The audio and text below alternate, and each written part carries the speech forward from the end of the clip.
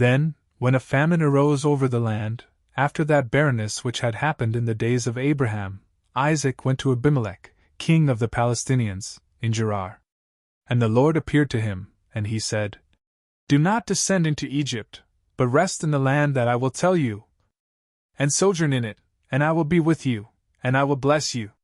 For to you and to your offspring I will give all these regions, completing the oath that I promised to Abraham your father. And I will multiply your offspring like the stars of heaven. And I will give to your posterity all these regions. And in your offspring all the nations of the earth will be blessed. Because Abraham obeyed my voice, and kept my precepts and commandments, and observed the ceremonies and the laws. And so Isaac remained in Gerar. And when he was questioned by the men of that place about his wife, he answered, She is my sister. For he was afraid to confess her to be his mate, thinking that perhaps they would put him to death because of her beauty. And when very many days had passed, and he had remained in the same place, Abimelech, king of the Palestinians, gazing through a window, saw him being playful with Rebekah, his wife. And summoning him, he said, It is clear that she is your wife. Why did you falsely claim her to be your sister? He answered, I was afraid, lest I might die because of her. And Abimelech said, Why have you burdened us? Someone from the people could have lain with your wife, and you would have brought a great sin upon us. And he instructed all the people, saying, Whoever will touch the wife of this man will die a death. Then Isaac sowed in that land, and he found, in that same year, 100-fold. And the Lord blessed him. And the man was enriched, and he continued prospering as well as increasing, until he became very great. Likewise he had possessions of sheep and of herds, and a very large family. Because of this, the Palestinians envied him.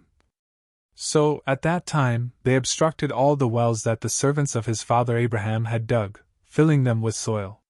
It reached a point where Abimelech himself said to Isaac, Move away from us, for you have become very much more powerful than we.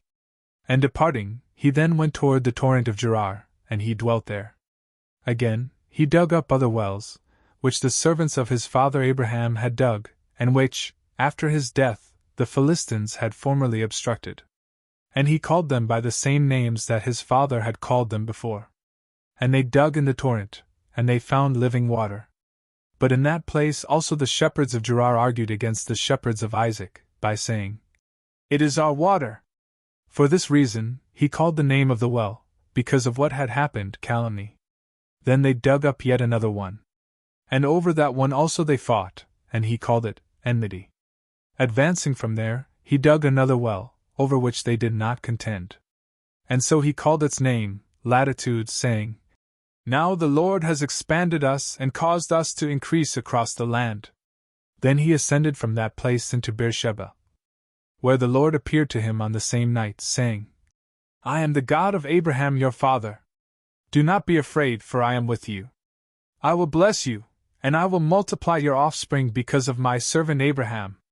And so he built an altar there. And he invoked the name of the Lord, and he stretched out his tent.